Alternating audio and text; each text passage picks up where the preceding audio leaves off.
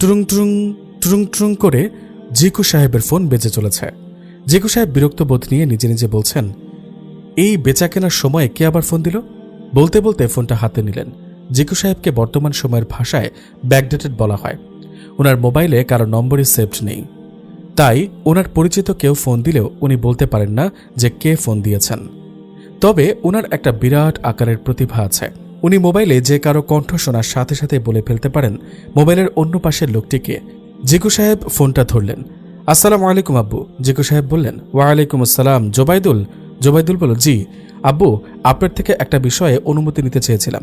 জোবাইদুলের আব্বু বলল, কোন বিষয়ে আর কিসের জন্য অনুমতি? জোবাইদুল বলল, আমি এখন কাজী অফিসের সামনে আছি। আমি আমার জীবনের সবচেয়ে বড় একটা ডিসিশন নিজেই নিয়ে ফেলেছি। তার জন্য আমি আগেই মাফ চেয়ে নিচ্ছি। আমাকে মাফ করবেন। আমি বিয়ে করার জন্য কাজী অফিসে এসেছি। তাই আমার বিয়েতে আপনার অনুমতি নেওয়া আবশ্যক বলে আমি মনে করি। তাই অনুমতি নেওয়ার জন্য ফোন করেছি। জোবাইদের আব্বু বলল, আমাদেরকে একবারও জানানোর প্রয়োজন মনে করলি না? আমরা কি বাধা দিতাম? তাছাড়া মেয়েটাকে কোথায় থাকে, কি করে, এসব জানাটাও আমাদের প্রয়োজন। এরকম হুটহাট করে ডিসিশন নেওয়াটা কি ঠিক? তাও সেটি তোর পুরো জীবনের একটা নিত্য বিষয়। জোবাইদুল বলল, আসলে একটা সিচুয়েশনে পড়েই আমাকে বিয়েটা করতে হচ্ছে, তাই আগে থেকে জানাতে চেয়েও পারিনি। আমি জানি আপনি বাধা দিতেন না, কারণ আমার আব্বুকে আমি সেই ছোট্টবেলা থেকে চিনি। উনার মতো সচেতন মানুষ খুব কমই আছে। মেয়েটার বাড়ি আমাদের পাশের গ্রামে, তবে সে চট্টগ্রামে থাকে তার পরিবারের সাথে। সে একটা কোম্পানিতে চাকরি করে। ওর নাম আয়েশা আক্তার সীমা। আমার জানা মতে মেয়েটি খুবই ভালো, তাই অনেক ভেবেচিন্তে আমি বিয়েটা করছি। তাছাড়া আমি টানা 7 দিন ইস্তেখারা করেছি। ভবিষ্যতে কি হবে তা নিয়ে আমার মাথা ব্যথা নেই। নিশ্চয়ই আল্লাহ যা করেন ভালোর জন্যই করেন। আপনাদের অগোচরে বিয়েটা করাও ও জানানোর জন্য আমি আবারও ক্ষমা চাইছি। আপনি যদি অনুমতি দিতেন। জোবাইদুলের আব্বু বলল, তুই সবসময় যা করেছিস তা করতে দিয়েছি। আমি জানি তুই নিজের ভালোটাই নিজে এখন বুঝিস, তাই এখানে আমার অনুমতি না দেওয়ার কোনো প্রশ্নই ওঠে না। তবে তোর মাকে তুই সামাল দিতে হবে। আমি কিন্তু ওকে সামাল দিতে পারবো না। আচ্ছা, ভালো কথা। বিয়ের পর ওকে কোথায় রাখবি চিন্তা ভাবনা করেছিস? বিয়ের পর ও ওর পরিবারের সাথে থাকবে যতদিন পর্যন্ত আমার একটা ব্যবস্থা না হয়। আর যদি দেরি হয় তবে 1 বছরের মধ্যে ওকে আমাদের বাড়িতে আনুষ্ঠানিকভাবে নিয়ে আসবো। বিয়ে করে বউকে বাপের বাড়িতে রাখলে বিয়ে করাটা কতটুকু যৌক্তিক? আমার বাড়িতে কি ওর থাকা খাওয়ার জন্য জায়গা হবে না? এটা তুই কেমন করে ভাবলি? আমার যদি আরেকটা মেয়ে থাকতো আমি কি ওকে খাওয়াতাম না? তুই ওকে নিয়ে সোজা বাসায় চলে আসবি। আমার মেয়েটাকে দেখার জন্য আমি অপেক্ষা করছি। জোবাইদুল বলল, না, আসলে ওর সাথে কিছুদিন প্রেম করব। এর কয়েক মাস পর না হয় অনুষ্ঠান করে বাড়িতে নিয়ে আসবো। জোবাইদুলের আব্বু বলল, তাহলে ভালোভাবে প্রেম কর, তবে আমি বেশি দিন সময় দেব না। 3 মাস সময় দিলাম, এরপর নিয়ে আসবি আমার বৌমাকে। ঠিক আছে আব্বু, থ্যাংক ইউ। দোয়া করবেন আমাদের জন্য। আর কাউকে এসব বিষয়ে জানানোর প্রয়োজন নেই। আল্লাহর কাছে দোয়া করি তোরা সুখী হ। আল্লাহ হাফেজ। আসসালামু আলাইকুম। ওয়ালাইকুম আসসালাম। আসুন পরিচিত হয়ে নিই। আমি জোবাইদুল ইসলাম সাব্বির। এতক্ষণ যার সাথে কথা বলেছিলাম তিনি আমার পিতা। আজ আমার বিয়ে। যাকে বিয়ে করছি তার নাম আয়েশা আক্তার সীমা। বাকি গল্পগুলো পরে জেনে নেবেন। যাই হোক, তাহলে আব্বু অনুমতি দিল। আমি সীমাকে বললাম, আপনার পরিবার কি আপনাকে বিয়েটা করতে অনুমতি দিয়েছেন? জি, দিয়েছে। আমার ছোট ভাইও এসেছে। আমাকে বিয়ে করতে আপনার কোনো সমস্যা আছে? নেই। আমারও আপনাকে বিয়ে করতে কোনো আপত্তি নেই। ভিতরে চলুন। আমি, আমার হবু বউ, আমার 2 বন্ধু, সীমার ছোট বোন, তার ছোট ভাই ও তার একজন ঘনিষ্ঠ বান্ধবী, আমরা সবাই কাজী অফিসে প্রবেশ করলাম। কাজী সাহেবের সাথে আমার আগে কথা বলা হয়েছে। সবকিছু ঠিকঠাক করে রেখেছেন তিনি। তাই আর বেশিক্ষণ দেরি না করে কাজী সাহেব আমাদের বিয়েটা পড়ালো। আমি এখন বিবাহিত। কথাটি ভাবতেই আমার ভেতরে কেমন শান্তি অনুভব হয়। আমি কারো স্বামী, আমি কারো আশার আলো, আমি কারো হতাশাকে মুছে দিয়ে আশার আলো দেখানো ব্যক্তি। কেউ এখন আমার রোজ রোজ নিয়ম করে খবর নেবে। যেখানে সপ্তাহেও কেউ আমার খোঁজ নিত না, এখন থেকে কেউ আমার জন্য অপেক্ষা করবে। আমার অগোছালো জীবনটাকে গুছিয়ে দেবে। আমাকে নিজ হাতে পরম আদরের সাথে খাইয়ে দেবে। অসুখ হলে সারা রাত আমার পাশে বসে জেগে থেকে মাথায় ভালোবাসার পরশ পাথরের হাত বুলিয়ে যাবে। শুধুই আমাকে ভালোবাসবে, আদর করবে, মাঝে মাঝে শাসন করবে। আমাকে ওগো, এই যে শুনছেন, এগুলো বলে ডাকবে। আরও কত কিছু যে হবে, ইস, আমার ভাবতে লজ্জা লাগছে। অথচ আমার লুচু মার্কা পাঠকরা অনায়াসে পড়ে যাচ্ছে। সীমার ডাকে আমার ঘোর ভেঙে গেল। ভাববার জগৎ থেকে ফিরে এলাম বাস্তবতায়। সীমা বলল, কি ভাবছিলেন? তেমন কিছু না। তাহলে এখন আমরা কি করব? ওনাদের সবাইকে বিদায় দিয়ে দুজনেই আজকে অনেক জায়গায় ঘুরব। আচ্ছা, ঠিক আছে। আমি আর সীমা সবাইকে বিদায় দিয়ে গাড়িতে বসলাম। আমরা কোথায় ঘুরতে যাচ্ছি এখন? আমার পছন্দের একটি জায়গায়। জায়গাটির নাম কি জানতে পারি? বলা যাবে না, সারপ্রাইজ আছে। আচ্ছা, ঠিক আছে। আমার জীবনের সবকিছু আমি আপনার সাথে শেয়ার করতে চাই। আমার অতীত বর্তমান সবকিছু। আপনি কি একটু শুনবেন? বলুন। আমি শুনছি। গাড়িতে পানি আছে? এ নিন। আমি পানি খেয়ে জানলার দিকে তাকালাম। আমি এখন আমার স্ত্রীর প্রাইভেট কারে করে ঘুরতে বেরিয়েছি। ওরা অনেক বড় লোক, তবে আমি মধ্যবিত্ত। আমার জীবনে কোনোদিনও প্রাইভেট কারে উঠিনি, আজই প্রথম। অনেক দিনের স্বপ্নটা আমার স্ত্রীর হাত ধরে পূরণ হলো। আরও কত শত স্বপ্ন যে ওনার হাত ধরেই পূরণ হবে তা নিয়ে আপাতত ভাবছি না। আমার একটা অতীত আছে, আমি চাই না আমার স্ত্রীর থেকে এইসব কিছু লুকোই। আমি চাই ও আমার বেস্ট ফ্রেন্ড হবে, ওর সাথে আমার জীবনের সব কিছু শেয়ার করব। তবে আমি কখনোই ওর অতীত শুনতে চাইব না। তাই আজ বিয়ের প্রথম দিনেই ঘুরতে ঘুরতে ওকে সবকিছু বলবো, আগে থেকে ভেবে রেখেছিলাম। সীমা আমার হাত ঝাঁকাতেই ভাবনাগুলো দৌড়ে গর্তে লুকিয়ে পড়ল। কি ভাবছিলেন? তেমন কিছু না। আপনার অতীত আমাকে বলবেন না?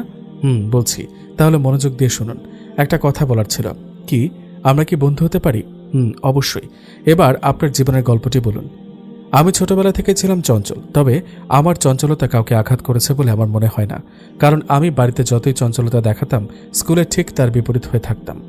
আমাকে দেখে সবাই ভাবত ভেজা বেড়াল, যেন ভাজা মাছটি উল্টে খেতে পারতাম না। তবে স্কুলের সকল শিক্ষকগণই আমাকে খুব আদর করত। আমি কখনোই অপ্রয়োজনে স্কুল ফাঁকি দিতাম না।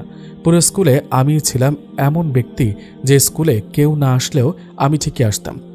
শিক্ষকরা বলতো আমার নাকি মেধা ভালো, তাই তো ক্লাসে বেশিরভাগ সময় রোল নাম্বার 1, 2 অথবা 3 থাকতো। তবে এখন আর সেই মেধা নেই বললেই চলে। পড়াশোনার ব্যাপারে নবম ও দশম শ্রেণীতে আমি উদাসীন হয়ে পড়ি। তবে এখন আমি আর উদাসীন নই। আমি খুব একটা মানুষের সাথে তেমন মিশতাম না। অপরিচিত হলে তো কোনো কথাই নেই। আমার চঞ্চলতার গুণটি চলে যায় যখন আমি ক্লাস 7-এ পড়ি, আমার প্রথম ভালো লাগার মানুষটিকে হারিয়ে। হ্যাঁ, ভালো লাগার মানুষ। হয়তো আপনি ভাবছেন ক্লাস 7-এ পড়া ছেলের আবার ভালো লাগার মানুষও থাকে। হ্যাঁ, আমার ছিল। আমার খারাপ একটা গুণ আছে, আমি খুব বেশি আবেগী, যার কারণে অনেকগুলো সমস্যার সম্মুখীন হতে হয়েছিল। সেই ভালো লাগার মানুষটি ছিল আমার সম্পর্কে চাচাতো বোন। আমি ওর 1 বছরের বড় ছিলাম। ওর গায়ের রং ছিল কালো, তবে ওর মুখটা ছিল মায়াবী। ওকে আমার কাছে মায়াপরীর মতো লাগতো। তাই তো এত অল্প বয়সে ভালো লাগার মানুষও ছিল আমার। এসব এখন ভাবতেই হাসি পায়। এভাবেই চলছিল আমার জীবন। আমি ক্লাস 8-এর পরীক্ষার পর ছুটিতে তাবলিগ জামাতে গিয়েছিলাম 40 দিনের জন্য। আমরা 40 দিন ময়মনসিংহে বিভিন্ন মসজিদে ছিলাম। সেগুলো এখন স্মৃতি। আমার খুব মনে পড়ে আমার জীবনের প্রথম রেল ভ্রমণ করেছিলাম সেই সময়। আলহামদুলিল্লাহ, সেখানে অনেক কিছুই শিখেছি। ধর্মীয় জ্ঞান আহরণ করা শুরু করেছিলাম তারপর থেকেই। আমার অনেক পরিবর্তন হয়েছিল। আগে আমি যেখানে আমার ভালো লাগার মানুষের সাথে কথা বলার বিভিন্ন উপায় খুঁজতাম, কিন্তু সেই সময় আমি ওর থেকে লুকিয়ে থাকতাম। ওর আচার ব্যবহার তেমন ভালো ছিল না, তাই নিজের অজান্তেই ওকে নিজের মন থেকে মুছে ফেলি, জীবন থেকে মুছে ফেলি। ও খুব মিথ্যা কথা বলতো, যা আমি একদমই সহ্য করতে পারতাম না। এভাবেই আমার জীবনের প্রথম ভালো লাগার মানুষকে হারিয়ে ফেলি। আমার জীবনের সবচেয়ে জটিলতম সময় ছিল তখন, যখন আমি এসএসসি পরীক্ষার্থী। আমার পরীক্ষা শুরুর কয়েকদিন আগে থেকে আমার জীবনে কঠিন সময়গুলো আসে। একদিন আমি আর আমার এক বন্ধু প্রাইভেট পড়া শেষ করে প্রাইভেট রুমে বসে বসে গল্প করছিলাম। ও হঠাৎ আমাকে বলে, তোকে দিয়ে কিচ্ছু হবে না রে সাব্বির। আমার ডাকনাম আর কি। কি হবে না? এই দেখ, আমাদের ক্লাসের মোটামুটি অনেকেই প্রেম করছে, কিন্তু তুই করিস না। আল্লাহ ভালো জানে তুই করিস না নাকি তোকে কেউ পছন্দ করে না। এসএসসি পরীক্ষার ভেতরে আমি প্রেম করে তোকে দেখাবো বলে উঠে চলে আসলাম। কিন্তু কিভাবে করব, কার সাথে করব, কিছুই ভেবে পাচ্ছিলাম না। মোবাইল নিয়ে ঘাটাঘাটি করছিলাম। হঠাৎ মনে হলো ফেসবুকে তো করা যায়। যেই ভাবা সেই কাজ। ফেসবুকে ঢুকে যতগুলো মেয়ে আছে সবগুলোর ইনবক্সে গিয়ে আই লাভ ইউ লিখলাম। অনেকে ব্লক করে দিল, আবার অনেকে খারাপ ব্যবহার করলো। কেউ কেউ বলল আমি সিঙ্গেল নই, কিন্তু একজন সবার চাইতে আলাদা। উনি লিখলেন, সারা জীবন হাতটা ধরে রাখতে পারবেন? আমি হ্যাঁ লিখলাম। এরপর থেকে আমাদের কথা বলা শুরু হয়। মাত্র 2 দিন ওই রিলেশনটা ছিল, খুবই অদ্ভুত। ওর সাথে 2 দিন কথা বলি, কিন্তু আমি কখনো ওর ছবি দেখিনি, ফোনে কথা বলিনি। সম্পর্কের 3য় দিন আমি প্রাইভেট পড়ে মোবাইল খুলে ফেসবুকে ঢুকি, কিন্তু না, আমাকে ঢুকতে দেওয়া হয়নি। অনেক কিছু লেখা ছিল, আমি আইডি হারিয়ে ফেলি। একজন বড় ভাইকে দেখালে উনি বলেন, তোর আইডিতে রিপোর্ট মারার কারণে এবং ফেসবুক কর্তৃপক্ষের নিরাপত্তার কারণে আইডিটা বন্ধ করে দেওয়া হয়েছে। আর কোনোদিনও নাকি আমি আইডিটা পাবো না। সম্পর্ক শুরু না হতেই শেষ। সেদিন খুব খারাপ লেগেছিল, কিন্তু আজ আল্লাহর কাছে অশেষ কৃতজ্ঞতা প্রকাশ করি, কারণ আল্লাহ আমাকে হেফাজত করেছেন। কিন্তু তখন আমি থেমে যাইনি। আমি আরেকটা আইডি খুলি, ওই নাম দিয়ে অনেকবার সার্চ করি, কিন্তু পাইনি। অনেক চেষ্টা করি, কিন্তু সফল হয়নি। ওকে না পেলেও আরেকজনকে পেয়ে যাই। ওরও ছবি দেখিনি। আমি ওকে ছবি দিতে নিষেধ করি, কারণ আমি ভাবতাম পর্দার মাধ্যমে প্রেম করলে তা হালাল ও বৈধ। কিন্তু আমি ঠিক জানতাম না। তখন থেকে আমি মোটামুটি জাকির নায়কের লেকচার শুনতাম। আমার কাছে খুব ভালো লাগতো। একদিন আমি জানতে পারি বিয়ের আগে প্রেম সম্পূর্ণ হারাম। তাছাড়া কোনো মেয়ের সাথে বন্ধুত্ব করা ইসলামে জায়েজ নেই। আমি ভাবতাম ছবি না দেখে হাত না ধরে প্রেম করা পবিত্র, কিন্তু আমি যেদিন যখন জানতে পারলাম ইসলামে LBW বলে কিছু নেই, সেদিনই আমি ওকে বিয়ের প্রস্তাব দিই। ও প্রথমে রাজি হয়েছিল, কিন্তু 3 দিন পর আমার আইডিটা ব্লক করে দেয়। সেদিন আমি কান্না করিনি, বরং আনন্দ করেছিলাম, কারণ ও আমার সাথে টাইম পাস করেছিল। কিন্তু আমি যদি ওকে সেদিন বিয়ের প্রস্তাব না দিতাম, তাহলে হয়তো জানতামই না ও আসলে প্রতারক। আসলে আল্লাহ আমাকে 3 জন থেকে হেফাজত করেছেন, দ্বিতীয়জনকে কখনো দেখিনি। আসলে আল্লাহ যা করেন ভালোর জন্যই করেন। এরপর আমি নিয়মিত জাকির নায়েক স্যারের লেকচার শুনতাম, অনেক কিছুই জেনেছি, বুঝেছি, শিখেছি। আর এরপর আজ অবধি কোনো মেয়ের সাথে সম্পর্কে জড়াইনি। সবসময় পর্দা করতে চেষ্টা করেছি আর ইসলাম মতো জীবনকে সাজানোর চেষ্টা করেছি। তুমি কিছু বলছো না যে? সরি, আপনি কিছু বলছেন না যে? সীমা বলল, আপনার কথাগুলো শুনছি, শুনতে ভালোই লাগছে। আর হ্যাঁ, স্বামী স্ত্রীকে তুমি করেই বলে, বয়সে যত বড়ই হোক। আপনি তো নবীজি সাল্লাল্লাহু আলাইহি সাল্লামের জীবনী ভালো করেই জানেন। ওনার থেকে ওনার স্ত্রী খাদিজা রাদিয়াল্লাহু তাআলা আনহা এর বয়স 15 বছর বেশি ছিল। তারপরও খাদিজা রাদিয়াল্লাহু তাআলা আনহাকে নবীজি সাল্লাল্লাহু আলাইহি সাল্লাম তুমি করে সম্বোধন করতেন, আর খাদিজা রাদিয়াল্লাহু তাআলা আনহা নবীজি সাল্লাল্লাহু আলাইহি সাল্লামকে আপনি করে সম্বোধন করতেন। আমি বয়সে আপনার চেয়ে 13 বছরের বড় হতে পারি, কিন্তু আমাকে তুমি করে বলবেন, আর আমি আপনাকে আপনি করে বলবো, ঠিক আছে? ঠিক আছে, কিন্তু আমার কিছুদিন সময় লাগবে। ও মা, আমার পিচ্চি জামাইটা দেখে খুব লজ্জা পাচ্ছে। এত লজ্জা পেলে চলবে? তুমি করে বলতেই এত লজ্জা। ইস, আল্লাহ ভালো জানেন সামনে কি হবে। হয়েছে, আর লজ্জা দিতে হবে না। একটা কথা বলি। বলুন। আমি কি আপনার কাঁধে মাথা রাখতে পারি? ওই পিচ্চি সবকিছু বলে করতে হবে? রাখো। সীমা আমার মাথাটাকে তার তুলতুলে নরম হাতে ধরে ওর কাঁধে রাখলো। আমার দিকে ও এক নজরে তাকিয়ে আছে আর মাথায় অবিরাম হাত বুলিয়ে যাচ্ছে। আমার খুব ঘুম পাচ্ছে। কেউ আমার মাথায় হাত বুলালে আমার ঘুম চলে আসে। সীমা বলল, এই শুনুন, উঠুন না। চলে আসছি তো। ওই পিচ্চি জামাই। আরে, এ তো দেখি ঘুম পাগল ছেলে। দাঁড়ান, উঠানোর ব্যবস্থা করছি। এই বলে আমার মুখে পানি ছিটাতে আমি উঠে পড়লাম। আরেকটু ঘুমাই না প্লিজ? চলে আসছি তো, উঠুন। আমি চোখ খুলতেই তো অবাক। আমি কোথায় আছি? আমি একটা সুসজ্জিত রুমের ভেতরে, আর আমার সামনে একটা পরী দাঁড়ানো আছে। আমি ভয় পেয়ে যাই। আমি কোথায় আছি? তাই জোরে জোরে চিৎকার শুরু করি, ভূত, ভূত, ভূত, আমাকে বাঁচাও।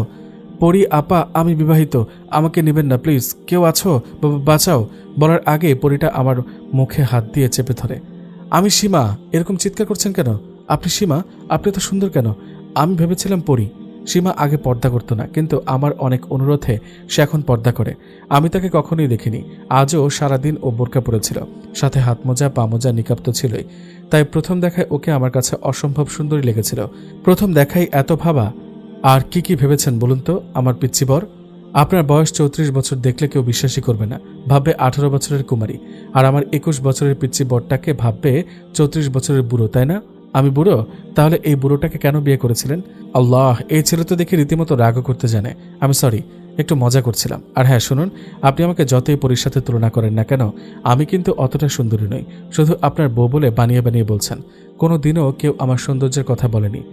মানুষের কাছে আপনি যেরকমই হন না কেন, তাতে আমার কোনো ভ্রুক্ষেপ নেই। আপনি আমার কাছে সুন্দর হলেই হবে। তাছাড়া সুন্দর, কালো, এইসব তো মহান আল্লাহ তাআলার দান। আর হ্যাঁ শুনুন, আপনাকে নীল শাড়িতে সত্যি অসাধারণ লাগছে, আর আমার নীল রঙের শাড়ি খুব পছন্দ। আচ্ছা, আমাকে না কোথায় ঘুরতে নিয়ে যাওয়ার কথা ছিল, কিন্তু আমি এখানে কেন? আর এটি কার বাসা? আপনারা তো ঘুম। আল্লাহ, অনেকবার ডেকেছিলাম কিন্তু আপনি ওঠেননি। আপনার ঘুম নষ্ট করতে চাইনি। তাছাড়া ঘুমের মধ্যে আপনাকে অসম্ভব সুন্দর লাগছিল, তাই আর ডাকিনি। এজন্যই আর ঘুরলাম না। এটা আমাদের বাসা। ছোট ভাই আর ভাবিরা মিলে সবকিছু সাজিয়ে রেখেছে। এখন কয়টা বাজে? দুপুর 1:10। কি বললেন? এতক্ষণ আমাকে ডাকলেন না কেন? জোহরের নামাজের সময় হয়ে গেছে। আমি ফ্রেশ হয়ে মসজিদে যাচ্ছি, আপনিও ফ্রেশ হয়ে নামাজ আদায় করে নিন। আমি ফ্রেশ হয়ে মসজিদে যাওয়ার জন্য তৈরি হলাম। বাসার পাশেই মসজিদ। সীমাকে ইশারায় কাছে আসতে বললাম। ও কাছে আসতেই ওর কপালে ভালোবাসার পরশ ছুঁয়ে দিয়ে দৌড় দিলাম। এটা কি হলো? আমি জোহরের নামাজ আদায় করে দরজার সামনে কল বাজাতেই আমার বউ এসে দরজা খুলে দিল। আমি সালাম দিয়ে ঘরে প্রবেশ করলাম। সীমা বলল, তখন এমন করলেন কেন? কখন আর কি করেছি? মসজিদে যাওয়ার আগে? ও বুঝেছি, সুন্নত আদায় করলাম। মানে? বাইরে বের হওয়ার আগে স্ত্রীর কপালে চুমু দেওয়া সুন্নত। সত্যি? আসলে আমি না ইসলাম সম্পর্কে তেমন জানি না, তাই ইসলাম কিন্তু অনেক সুন্দর। সমস্যা নেই, আস্তে আস্তে সব জানবেন। দিন শিক্ষা করা সকলের ওপর ফরজ, তাই অবশ্যই জানতে হবে। নামাজ পড়া হয়েছে? চলুন খাবেন। চলুন। কিন্তু কোথায় খাবো? কোথায় খাবেন মানে? ডাইনিং টেবিলে খাবেন। আমার একটা কথা রাখবেন কি? আমরা সব সময় দস্তরখানা বিছিয়ে সমতলে বসে খাবো। কিন্তু কেন? এটাও কি সুন্নত? আমাদের নবীজি সাল্লাল্লাহু আলাইহি সাল্লাম কি এভাবেই খেতেন? আপনি ঠিকই ধরেছেন। তবে আজকে আমরা এক প্লেটে দুজন একসাথে খাবো। বউয়ের সাথে খেতে খুব শখ, তাই না? সীমা একটি দস্তরখানা আর একটা প্লেটে খাবার নিয়ে এলো। দস্তরখানাটি বিছিয়ে তাতে খাবারের প্লেট, পানির মগ, গ্লাস, জুঠার বাটি রাখলো। আমি আর ও একসাথে খেতে বসলাম। সীমা আমাকে হাত ধুয়ে দিল, এরপর নিজের হাতও ধুয়ে নিল। আমি খাওয়ার দোয়া পড়লাম, ওকেও দোয়া পড়তে বললাম, কিন্তু ওর জানা ছিল না। এরপর ওকে দোয়া শিখিয়ে দিলাম, ও দোয়া পড়ল, কিন্তু দুজনের কেউই এখনও খাবার হাত দিইনি।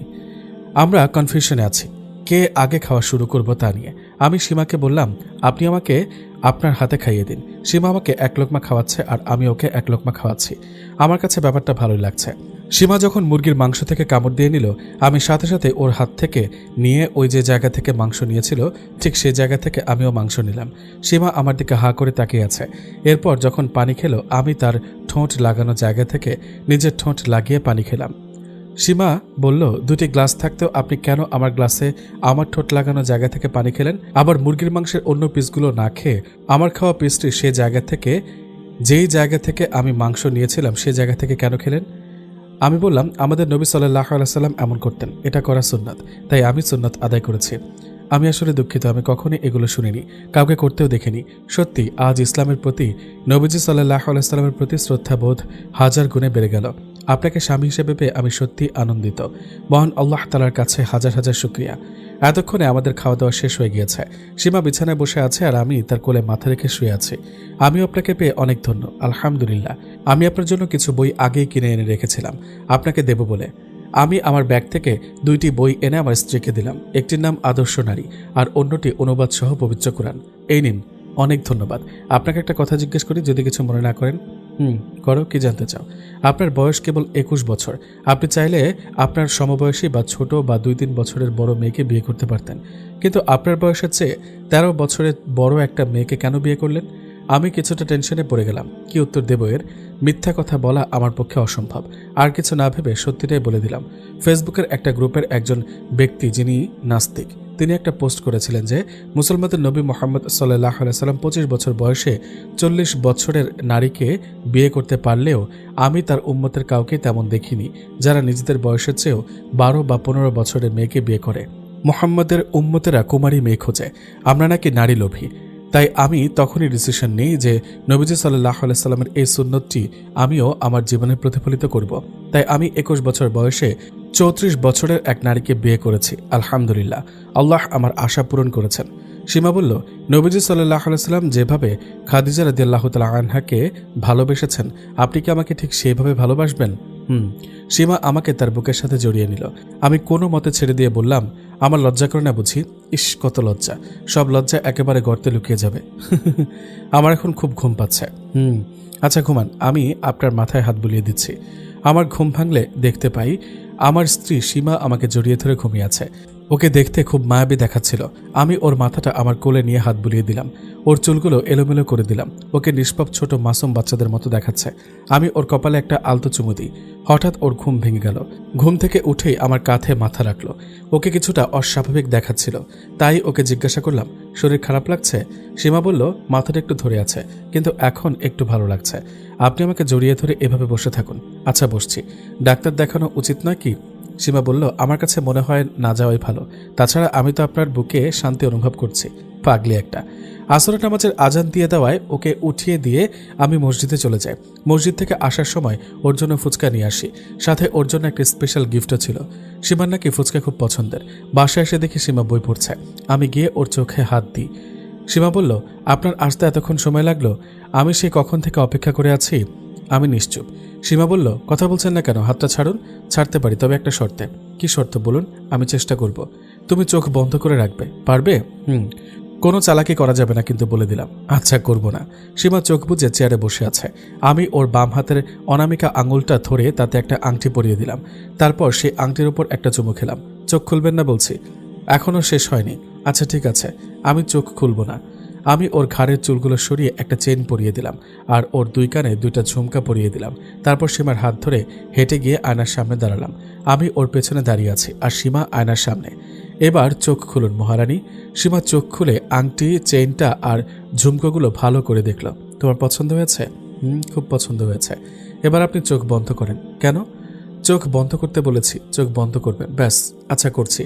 সীমা আমার হাতে কিছু একটা পরিয়ে দিল, আমার আঙ্গুলে সম্ভবত। সীমা বলল, এবার চোখ খুলুন।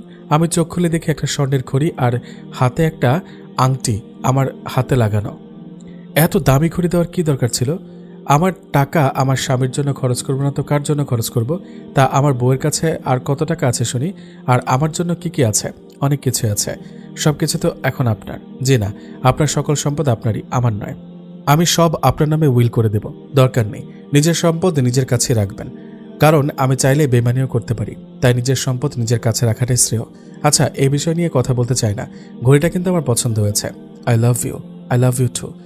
ও ভালো কথা, আমি তো ভুলে গিয়েছি, তোমার জন্য ফুচকা এনেছি। সত্যি? সীমা আমাকে খুব শক্ত করে জড়িয়ে ধরল। এই ছাড়ো বলছি। না, ছাড়বো না। আপনাকে জড়িয়ে ধরতে আমার খুব ভালো লাগে। আপনি এত ভালো কেন? আমি খুব খারাপ। প্রথম প্রথম সবাই একটু ভালো সাজে। একদম ফাজলামি করবেন না, আমার এসব কথা একদম ভালো লাগে না। রাগ করছো কেন? আচ্ছা, আর কখনো বলবো না। এই যে কানে ধরলাম। সরি সরি, একটু হাসো প্লিজ। যদি না হাসো আমি কিন্তু চলে যাব। এখনো মুখ কালো করেই আছে। তাহলে তুমি থাকো, আমি চলে যাচ্ছি। আমি এক পা এগোতেই সীমা আমাকে জড়িয়ে ধরে কেঁদে দিল। আচ্ছা, যাব না, এইবার অন্তত ছাড়ো। না, ছাড়বো না। আপনি আমাকে কথা দিন, কোনো দিনও আমাকে কষ্ট দেবেন না, আমাকে ছেড়ে চলে যাবেন না। ওকে বুক থেকে ছাড়িয়ে ওর চোখের পানি মুছে দিয়ে বললাম, জীবনে যতদিন বেঁচে থাকবো কখনোই তোমার এই চোখ দুটো থেকে পানি বের হওয়ার কারণ আমি হব না ইনশাল্লাহ। আর কখনোই ছেড়ে যাব না। এবার একটু হাসো। সীমা একটা মুচকে হাসি দিল। কি পড়ছিলে এতক্ষণ? আপনার দেওয়া আদর্শ নারী বইটি। এখনই পড়তে শুরু করেছ? ভালো। চলো ফুচকাগুলো খেয়ে নিই, নতুবা আবার ঠান্ডা হয়ে যাবে। চলুন। দুজনে মিলে ফুচকাগুলো খেয়ে নিলাম। সীমা বাচ্চাদের মতো করে খেলো। আমি ওর দিকে তাকিয়ে রইলাম। তখন আমার কাছে মনে হলো ও এখনো একটা বাচ্চা মেয়ে। ওকে যতই দেখছি দেখার যেন স্বাদ মিটছে না। আচ্ছা শিমু, আমি মাগরিবের পরেই চলে যাব। কাল আবার ভার্সিটিতে যেতে হবে। কি বলছিলেন আরেকবার বলুন তো? আমি আবার কি বললাম? আমাকে কি নামে ডেকেছেন? ওহো, এই কথা। শোনো, স্ত্রীদেরকে ছোট নামে ডাকা সুন্নাত। শিমু নামটি তোমার ভালো লাগেনি? আচ্ছা, আর বলবো না। না না, খারাপ লাগতে যাবে কেন? নামটি আমার খুব পছন্দ হয়েছে। কিন্তু আজই চলে যাবেন? যেতে হবে যে। ভার্সিটিতে না হয় এখান থেকে যাবেন? আসলে এখানে তো বই খাতাগুলো নেই, তাছাড়া পড়তে হবে। আর একটা কথা রাখবেন কি, সবসময় পর্দা করবেন, বিশেষ করে অফিসে। ইনশাল্লাহ করব। আজকে না গেলে হয় না? একদিনে এত ভালোবাসা সত্যি আমার ভালো লাগবে না। আপনি চলে গেলে ফোনে যোগাযোগ করব। আসি তাহলে। আমার পাওনাটা তো দিয়ে যাবেন। কি ওমা, ভুলে গেলেন? ও হ্যাঁ, মনে পড়েছে। আমি আমার শিমুকে বুকে জড়িয়ে ধরে ওর কপালে ভালোবাসার পরশ এঁকে দিলাম। যাই না বলুন আসি। আসি তাহলে। বাসায় গিয়ে ফোন দিবেন কিন্তু। আর গাড়ি নিয়ে যাবেন, আমি ড্রাইভারকে বলে দিচ্ছি। ঠিক আছে, আসসালামু আলাইকুম। ওয়ালাইকুম আসসালাম। বাসায় এসে মাগরিবের নামাজটা পড়ে নিলাম। মোবাইলে কেউ কল দিয়েছে, দেখি শিবার ফোন। আসসালামু আলাইকুম। ওয়ালাইকুম আসসালাম। পৌঁছেছেন? জি, কিছুক্ষণ আগে আসলাম, এসে নামাজ পড়লাম। তুমি পড়েছ? আমি না, ভুলে গিয়েছিলাম, সরি, এখন পড়ছি। শোনো শিমু, আমাকে ভয় করার বা খুশি করার জন্য নামাজ পর্দা ইসলাম মতো মেনে চললে কোনো লাভ নেই। ভয় তো করবে আল্লাহকে, খুশি তো করবে আল্লাহকে। যাই করো না কেন মহান আল্লাহ সন্তুষ্টির জন্য করবে। ঠিক আছে, যাও নামাজ আদায় করে নাও। জি ঠিক আছে, আসসালামু আলাইকুম। ওয়ালাইকুম আসসালাম। আমি বই খুলে কিছুক্ষণ পড়তেই আবারও ফোন আসলো। এবারও সীমার ফোন। সীমা বলল, হ্যালো, আসসালামু আলাইকুম। ওয়ালাইকুম আসসালাম। কি করো? শুয়ে শুয়ে আপনার কথা ভাবছি। বাহ, আমি তো অনেক মূল্যবান হয়ে গেলাম। এখন থেকে রোজ কেউ আমার কথা ভাবছে। কেন, আপনি কি আমাকে নিয়ে ভাবেননি? কই না তো। সত্যি না, একটু ভেবেছিলাম, খুব সামান্য। এই তোমার জন্যই তো পড়াতে মন বসাতে কষ্ট হচ্ছে। যাই পড়ছি গিলে ফেলছি। আচ্ছা শুনুন, বেশি ভাবতে হবে না, বেশিক্ষণ রাত জেগে পড়বেন না, আর খেয়ে দিয়ে ঘুমাবেন। জি ম্যাম, আপনার আদেশ চিরধার্য। আল্লাহ হাফিজ। আল্লাহ হাফিজ। পড়া শেষ করে খেয়ে দিয়ে ঘুমিয়ে পড়লাম। ভোরে উঠে তাহাজ্জুদ পড়লাম, একটু কোরআন তেলাওয়াত করলাম, তারপর ফজর নামাজ পড়ে বাসায় এসে একটু ঘুমালাম। অ্যালার্মের শব্দে ঘুমটা ভেঙে গেল। 7টা বেজেছে। উঠে ফ্রেশ হয়ে মাত্র নাস্তা শেষ করলাম, এমন সময় সীমার ফোন। আসসালামু আলাইকুম। ওয়ালাইকুম আসসালাম। ঘুম ভেঙেছে নবাবজাদা? কি করছো? ব্রেকফাস্ট করতে বসলাম। তা আমাকে ফোন দিয়েছো কেন শুনি? ওমা, আমি খাবো আর আমার স্বামী খাচ্ছে কিনা সেটা জানতে হবে না? আমার স্বামী না খেলে তো আমিও খাবো না। আসলে মেয়েরা এমনই হয়, অনেক সময় নাস্তা তৈরি করে দিয়ে যায়, তাতে তাদের ক্লান্তি বিন্দুমাত্র পরিলক্ষিত হয় না। কিন্তু আমরা পুরুষ মানুষরা খুব পাষণ্ড। আমি কিন্তু ঠিকই খেয়ে নিলাম, অথচ আমার স্ত্রী খেলো কিনা তা জানার প্রয়োজন বোধ করলাম না। বাসায় থাকলে হয়তো করতাম, কিন্তু দূরে থাকার কারণে জিজ্ঞেস করিনি। কিন্তু আমার শিমু ঠিকই আমার খোঁজ নিচ্ছে। আমি না খেলে খাবে না, আমি না ঘুমালেও ঘুমাবে না। আমার পড়া শেষ না হওয়া পর্যন্ত সে আমার জন্য বসে থাকবে, অথচ সকালে তার অফিস আছে। ভালোবাসা বুঝি এরকমই হয়? হয়তো আমি আগে ভাবিনি একটা মেয়ে তার স্বামীর জন্য নিজের বাবা মা ভাই বোন আত্মীয় স্বজন সব ত্যাগ করে স্বামীর কাছে চলে আসে, কিন্তু আমাদের সমাজের লোকেরা একটু ভাবে না। একজন বাবা তার আদরের কন্যাকে দেওয়ার পরও তাকে যৌতুক নামের বোঝা দিতে হয়। রমজানে ইফতারি, ঈদে কাপড় চোপড়, সেমাই চিনি, কুরবানে ছাগল, কাপড় চোপড়, ফলের মৌসুমে ফল মূল, শীতের সময় শীতের পিঠা, দাঁতের পিঠা, বিয়ের সময় ফিরানি পিঠা, আরও কত কি। আমি তো সব কিছু জানি না। যদি আরও কিছু থাকে আপনারা দয়া করে কমেন্টে জানাবেন। এসবের কারণেই মেয়েদেরকে আমাদের পরিবার, সমাজ, রাষ্ট্র বোঝা ভাবে। কিন্তু যে নারী না হলে আমি হতাম না, আমার পরিবার হতো না, কেউই হতো না, আমরা তাকে কিভাবে বোঝা ভাবি? ইসলাম একজন নারীকে সর্বোচ্চ স্বাধীনতা ও নিরাপত্তা ও সম্মান দেয়, কিন্তু দুর্ভাগ্যবশত আমরা কাউকেই জানি না। আমরা ভাবি ইসলাম মেয়েদেরকে ঘরের ভেতর বন্দি করে রাখে, কিন্তু না। আমার স্ত্রী তো কাজ করছে একটা অফিসে, আমি তো তাকে বাধা দিই না, ইসলামও তাকে বাধা দেয় না, তবে সে যদি পর্দা করে যায়, কারণ এই পর্দা তাকে নিরাপত্তা দেবে মানুষ নামক হিংস্র জানোয়ারদের থেকে। আমি খেয়েছি, তুমিও তাড়াতাড়ি খেয়ে নিও। আমি প্রাইভেট পড়াতে যাচ্ছি। কখন ফিরবেন? 9:30-এর দিকে। কেন, কিছু লাগবে? আমি আপনার জন্য আপনার বাসার নিচে অপেক্ষা করব। আপনাকে ভার্সিটিতে নামিয়ে দিয়ে তারপর আমি অফিসে যাব। তোমার কষ্ট হবে তো? এত কষ্ট করার দরকার নেই। না না, আমার কষ্ট হবে না তো, প্লিজ না করবেন না। আমি আসব, ঠিক আছে? আল্লাহ হাফেজ। আমি সকাল 8:25 বের হয়ে গেলাম প্রাইভেট পড়ানোর জন্য। কষ্ট করতে হয় না। প্রতিদিন সকাল 8:30 থেকে 9:30 পর্যন্ত প্রাইভেট। একই পরিবারের 2টা ছেলেকে পড়াই। সম্পর্কে ওরা ভাই। বড় ভাই ক্লাস 9-এ পড়ে আর ছোট ভাই ক্লাস 7-এ পড়ে। দরজার কলিং বেল দিতেই মাহাত এসে দরজা খুলে সালাম দিল। আমি সালামের উত্তর দিয়ে পড়াতে বসি। মাহাত বড় আর মাহিদ ছোট। মাহিদ খুবই দুষ্টু। ওদেরকে ছুটি দেওয়ার আগেই সীমা কল করে, আসসালামু আলাইকুম, আমি আপনার বাসার নিচে অপেক্ষা করছি, আমি আসছি বলে কল কেটে দিলাম। মাহিদ বলল, ভাইয়া ব্যাপারটা কি? মেয়েটাকে? আমাকে ওরা ভাইয়া বলে ডাকে। মাহাত বলল, মাহিদ তুই কিন্তু বেশি কথা বলিস, চুপ কর। সমস্যা নেই, তাহলে বলেই ফেলি, মেয়েটা কে? মাহিদ খুশি হয়ে বলল, ভাইয়া মেয়েটা কে? আমার স্ত্রী, গতকাল বিয়ে করেছি। আমাদের না জানিয়েই? ভাইয়া আপনি কিন্তু খুব কিপটে, খাওয়ানোর ভয়ে লুকিয়ে লুকিয়ে বিয়ে করেছেন। আচ্ছা, আজকে রাতে তোদেরকে ট্রিট দিব, খুশি? মাহাত আর মাহিদ একসাথে বলল, খুশি। মাহিদ বলল, ভাইয়া তাড়াতাড়ি যান, ম্যাডাম দাঁড়িয়ে আছে। শয়তান, তোকে আমি পরে বুঝাবো। আমি আসি রে। নিচে নেমে দেখি সীমা আমার জন্য গাড়িতে বসে অপেক্ষা করছে। আমাকে দেখে সীমা গাড়ির দরজা খুলে বলল, বসো। আজকে সীমাকে অচেনা লাগছে। আজকে ওর চোখ দুটো দেখা যাচ্ছে না, ওর শরীরে একটুও দেখা যাচ্ছে না। মনে মনে বললাম, আলহামদুলিল্লাহ, আমার সীমাকে এখন কেউ চিনবে না। কারণ 1 মাস আগেও যে মেয়েটা সালোয়ার কামিজ পরে অফিসে কাজ করত, কাজের কারণে অনেক পুরুষের সামনে যেতে হতো বেপরদায়, আজ তাকে দেখলে কেউই চিনতে পারবে না। সীমা আমার হাত ধরে বলল, একটা কথা বলি? আমি যতটুকু জানি আপনার মহিলা মাদ্রাসার মেয়ে পছন্দ, কিন্তু আপনি আমাকে কেন বিয়ে করলেন? সবকিছু এত তাড়াতাড়ি জানতে চাও? প্লিজ বলুন, সত্য বলবো নাকি মিথ্যা বলবো? সত্যটাই বলবেন। আমার পর্দাওয়ালি মেয়ে খুব পছন্দ ছিল। পর্দা করার কারণে অন্তত ওই মেয়েটাকে ছেলেটা কুনজরে দেখে না, খারাপ মন্তব্য করে না। কিন্তু এমন অনেক ঘটনা আছে যেখানে পর্দাওয়ালি মেয়েদেরকেও ইফটিজিং, এমনকি ধর্ষণও করেছে। আমিও জানি, তবে পর্দার কারণে বেশিরভাগই নারী নিরাপত্তা পায়। আসলে বর্তমানের পুরুষরা হয়ে গেছে নারী লোভী। তারা এমন নিম্ন পর্যায়ে পৌঁছেছে যা নিকৃষ্ট পশুর চাইতেও খারাপ। একটা উদাহরণ দিই। ধরো, এখন রাস্তা দিয়ে 2জন যমজ বোন হেঁটে যাচ্ছে। একজন পর্দা করা আর অন্যজন আধুনিক খোলামেলা পোশাক পরা। রাস্তায় কয়েকজন বখাটে ছেলে বসে আছে। তারা কাকে বেশি উত্ত্যক্ত করবে? খোলামেলা পোশাক পরা মেয়েটিকে। তাহলে এখান থেকে বোঝা যায় পর্দা নারীদের জন্য নিরাপত্তার একটি প্রধান উপকরণ। এবার আমার পছন্দের কথা বলি। আমার ছোটবেলা থেকে আমি চাইতাম যিনি আমার বউ হবে তিনি যেন মহিলা মাদ্রাসার হয়, তিনি যেন দিনদার হয়। কিন্তু আমার মনে হলো আমি যেহেতু মোটামুটি ইসলাম সম্পর্কে জেনেছি, তাই এটি অন্য কাউকে জানাতে হবে। আমার স্ত্রী যদি মহিলা মাদ্রাসার হয় কিংবা আলেমা হয়, তবে আমরা দুজনেই জানাওয়ালা হয়ে যাচ্ছি।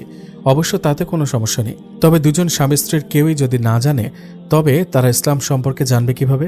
তাই আমার মতে মহিলা মাদ্রাসার মেয়েদের উচিত ইসলাম সম্পর্কে না জানা ছেলেদের বিয়ে করে জানানো, আর আলেম বা হুজুরদের উচিত ইসলাম সম্পর্কে না জানা মেয়েদেরকে বিয়ে করে জানানো।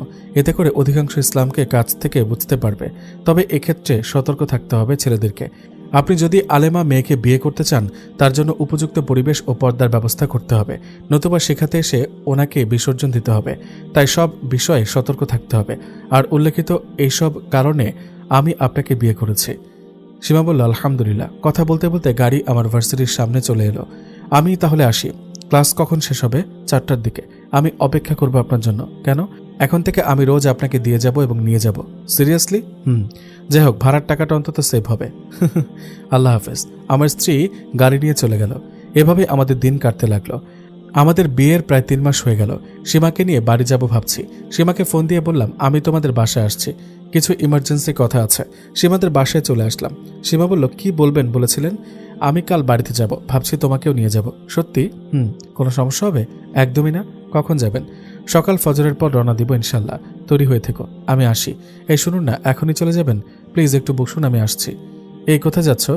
কিছুক্ষণ পর সীমা নাস্তার ট্রে হাতে রুমে প্রবেশ করল। কি দরকার ছিল? আমার তাড়া আছে তো। কিছুই হবে না, আমি আপনাকে খাইয়ে দিচ্ছি। হা করুন। হা। আমিও ওকে খাইয়ে দিলাম। মেয়েরা পারেও বটে। আচ্ছা, আজ তাহলে আসি। ইনশাআল্লাহ সকালে আসবো, তৈরি থেকো। আমার পাওনা না দিয়ে তো যেতে পারবেন না। কি আর করা। ওকে জড়িয়ে ধরে কপালে একটা চুমু দিলাম। সবসময় তো আমিই দিই, আমাকে 1-2 বার দেওয়া যায় না? সীমা আমাকেও একটা চুমু দিল। আমার বুকের সাথে ও লেপ্টে আছে। বুকের মধ্যে মুখ গুজে আমাকে প্রশ্ন করল, গ্রামে যদি আমাকে নিয়ে কোনো সমস্যা হয়? আল্লাহ আমাদের সাথে আছেন। আচ্ছা, এবার তো ছাড়ো। না, ছাড়বো না। আপনি আমাকে একটু আদর করেন না? সময় হলেই করব। আচ্ছা, এখন যেতে হবে। দেখে শুনে যাবেন। বাসায় গিয়ে ফোন দিবেন, মনে থাকবে? জি, মনে থাকবে। ফজরের নামাজ পড়ে একটা গাড়ি নিয়ে সীমাদের বাসার সামনে গেলাম। গাড়িকে বিদায় দিয়ে সীমাকে ফোন দিলাম। আসসালামু আলাইকুম। ওয়ালাইকুম আসসালাম। ম্যাডাম তৈরি হয়েছেন? ড্রাইভার আঙ্কেল গাড়ি বের করছে, আপনি ভেতরে আসুন। কিভাবে আসবো? দরজা যে বন্ধ। এই তো আমি আসছি। সীমা এসে দরজা খুলে দিল, আমাকে ওর রুমে নিয়ে গেল। এ কি, তুমি এখনো রেডি হওনি? আজকে আপনি আমাকে শাড়ি পরিয়ে দিবেন? কি দুষ্টু রে বাবা, মনে মনে বললাম। আচ্ছা ঠিক আছে। আমি সীমাকে শাড়ি পরিয়ে দিলাম। তারপর বোরকা, হিজাব, হাত মোজা, পা মোজা পরতে সাহায্য করলাম। এরপর দুজনেই ঘর থেকে বের হলাম। আর আমি বাড়িতে ফোন করে বলে দিলাম আমরা আসছি। গাড়িতে উঠতেই ড্রাইভার আঙ্কেল গাড়ি স্টার্ট দিল। গাড়ি চলা শুরু করলো। প্রতিদিন সকালে ফজরের নামাজের পর আমার ঘুমানোর অভ্যাস আছে, তাই একটু ঘুম পাচ্ছিল। আমি আমার বউয়ের কোলে ঘুমিয়ে পড়লাম। ঘুম থেকে উঠে দেখি বাড়ির কাছাকাছি চলে এসেছে। ধীরে ধীরে গাড়ি এসে বাড়ির সামনে দাঁড়ালো। তখন আমার মনে অজানা ভয় কাজ করছিল। ছোট বোন এসে দরজা খুলে দিল। ছোট বোনকে পরিচয় করিয়ে দিতেই তারা একে অপরকে জড়িয়ে ধরল। ছোট বোন বলল, ভাবি কেমন আছেন? আলহামদুলিল্লাহ ভালো। আপনি কেমন আছেন? আলহামদুলিল্লাহ, আমিও ভালো আছি। চলুন রুমে আসুন। আমি সীমাকে আমার পরিবারের লোকেদের সাথে পরিচয় করিয়ে দিলাম। আম্মু বলল, তোরা এখন রেস্ট নে, আমি খাবার পাঠিয়ে দিচ্ছি। ওনারা চলে যেতে সীমা আমাকে বলল, এটা কি লাইব্রেরি নাকি আপনার রুম? আমার রুম। কেন? অপরিচিত কেউ দেখলে ভাববে এটা একটা লাইব্রেরি। আমরা নাস্তা খেলাম। আম্মু আমাকে বলল, অনেকে তোর বউকে দেখতে চায়, এখন কি করবি? শুধু মহিলারা দেখতে পারবে, কোনো পুরুষ মানুষ পারবে না। সীমাকে বললাম, আমি একটু বন্ধুদের সাথে ঘুরে আসি, তুমি থাকো। কোনো কিছুর প্রয়োজন হলে ছোট বোনকে জানাবা, নতুবা ফোন দিবা। আমি গিয়ে বন্ধুদের সাথে আড্ডা দিচ্ছি। কিছুক্ষণ পর এক মহিলা আমাকে বলল, কিরে বাপ, কারে বিয়ে করছত? কেন, কি হয়েছে? ইগা তো মাইয়া নয়, ইগা। আমাদের সাংসারিক জীবন তখন থেকে শুরু হলো। আমাদের বিয়ের প্রায় 2 বছরের মতো হলো। আমাদের একটা বাচ্চাও আছে। আমাদের আদরের মেয়ে, ওর নাম আয়েশা আক্তার। দেখতে একদম ওর মায়ের মতো হয়েছে। রাতে আমার বুকে মা মেয়ে ঘুমায়, উঠতে চাইলেও উঠতে পারি না। মেয়েটা হয়েছে বাবা পাগল, সবসময় আমার সাথেই থাকবে, খেলবে, ঘুরবে। এতটুকু বাচ্চা, তারপরও তার বাবাকে নিয়ে কত আহ্লাদ। আমার শিমু অবশ্য এখন সংসারের কাজ নিয়ে ব্যস্ত। ছুটির দিনে আমি ওর কাজে সাহায্য করি। আমিও অনেক কিছু রান্না করতে জানি। মাঝে মাঝে শিমু আমার জন্য আমার প্রিয় খাবারগুলো রান্না করে, কিন্তু আমি তাকে কখনোই তার প্রিয় খাবারগুলো রান্না করতে দেখিনি। মেয়েরা কেন যে এমন হয়, নিজের সবটুকু দিয়ে দেয় স্বামী, সংসার আর সন্তানদের জন্য। আমার মা এখনও মাঝে মাঝে আমার জন্য আমার পছন্দের খাবার রান্না করে। অনেক বারণ করা সত্ত্বেও তিনি রান্না করেনি। আসলে মেয়েরা মায়ের জাতি, তারা পারে সবকিছুই। আমার মায়ের সাথে আমার স্ত্রী শিমুর সম্পর্কটা মা মেয়ের মতো। আম্মু শিমুকে নিজের মেয়ে মনে করে, আর শিমু মায়ের চোখে দেখে। কখনো শিমুর কোনো ভুল হলে আম্মু বলে দেয়, কিন্তু আমার শিমু কিছুই মনে করে না, একটু রাগও করে না। সে মনে করে আমি যদি ভুল করি আমার মা তো আমাকে একটু একটু বকবেনি, তা না হলে কিভাবে শিখব। ওর কথায় যুক্তি আছে বটে। সব মেয়ে যদি শিমুর মতো হতো, হয়তো সবার সংসারে শান্তি আসত। তবে কিছু কিছু শাশুড়ির আচরণ খুবই জঘন্য। আমাদের বিয়ের প্রায় 5 বছর হয়েছে।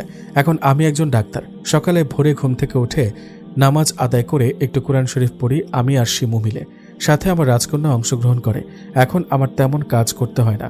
শিমুই আমাকে খাইয়ে দেয়, আমার শার্ট পরিয়ে দেয়, মাথায় চিরুনি করে দেয়, যাওয়ার সময় দুপুরের খাবার বক্স করে দেয়। আমি শুধু যাওয়ার সময় ওকে একটা পাপ্পি দিই, ব্যাস এতটুকুই। সারাদিনে শিমু আমাকে কমপক্ষে 5 বার কল দিবেই। ওর যেন এটা একটা রীতিতে পরিণত হয়েছে। সেই প্রথম দিন থেকে ও এমন করে। ওর ভালোবাসা আমাকে অন্য আমাতে পরিণত করেছে।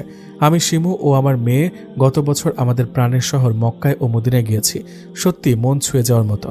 আমাদের সবার জীবনটাই এক একটা জীবনের গল্প। কারো জীবনে শুধু কষ্ট আর কষ্ট, কারো জীবনে হয়তো সুখের সমাহার। আমাদের কাজগুলি আমাদের সুখের সীমানায় এনে দেয়, তেমনি কষ্টগুলিও আসে আমাদের কর্মের উপরে। কখনো আল্লাহ কষ্ট দিয়ে পরীক্ষা করেন, আবার কখনো সুখ শান্তি দিয়ে। তবে যে জায়গায় থাকি, হোক কষ্ট হোক শান্তি, আলহামদুলিল্লাহ।